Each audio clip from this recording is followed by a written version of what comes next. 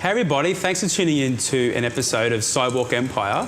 I'm here today with Cuba from Covent Garden in West End, and we're going to have a chat about this awesome venue over some gins. Cheers, man. Sounds good, buddy. Thanks for the gin.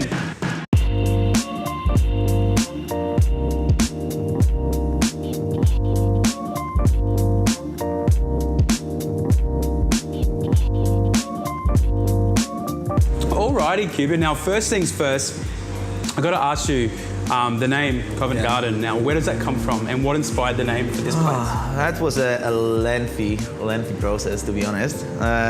One day we were just talking about going to Europe and our random trips, and I think Lachlan did mention that. Oh yeah, this place in Covent Garden, really love it. It's almost like West End. Oh, it's in West End in London. We're like, well, why wouldn't we just call it Covent Garden? It just links everything together. So it links gin because it came from London. It links West End with West End in London as well. And it's also that hub of arts and culture nowadays. That's like a perfect wrap to that whole idea that we wanted to sell as a venue.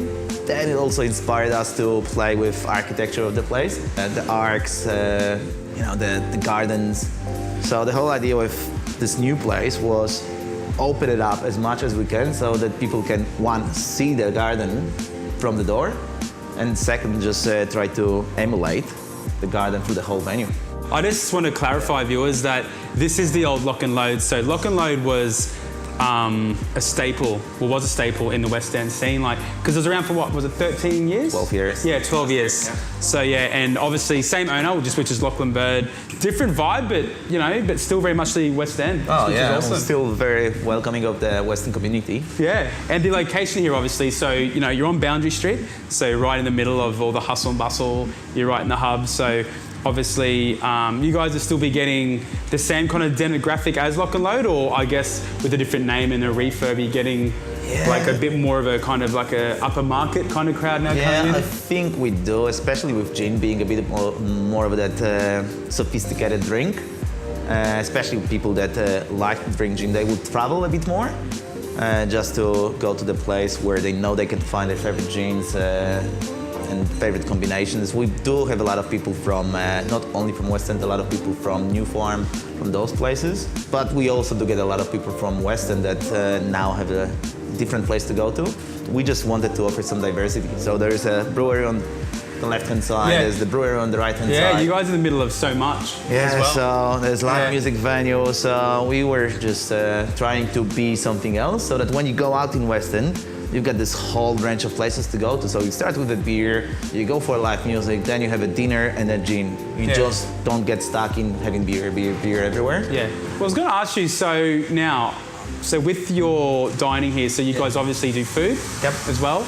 Can you tell us a little bit about your menu and then and also your chef as well? Our chef, Graham, comes from Scotland, worked in Brisbane for the last 6 years in different restaurants.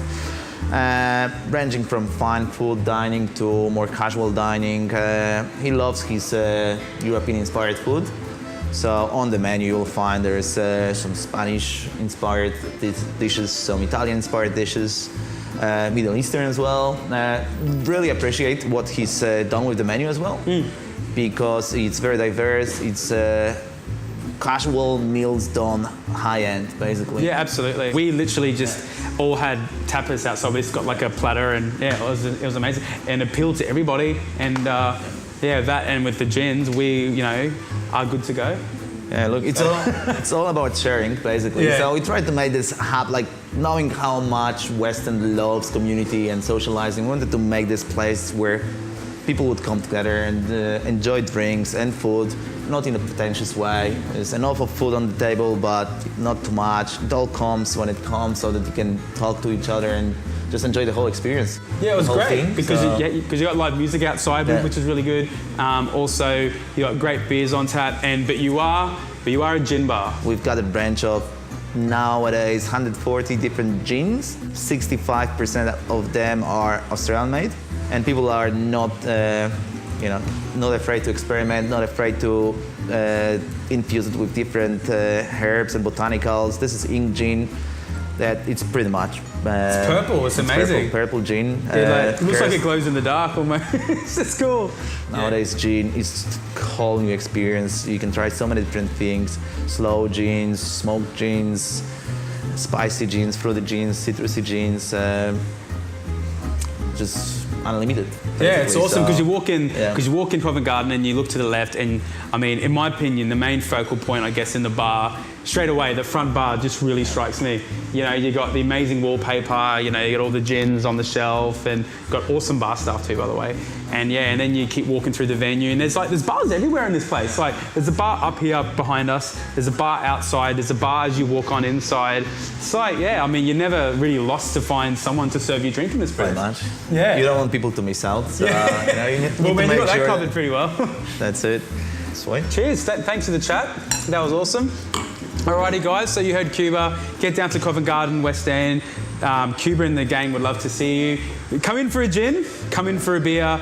Come in for a meal and for some live music. And have a good night. And we'll see you soon. Sidewalk Empire.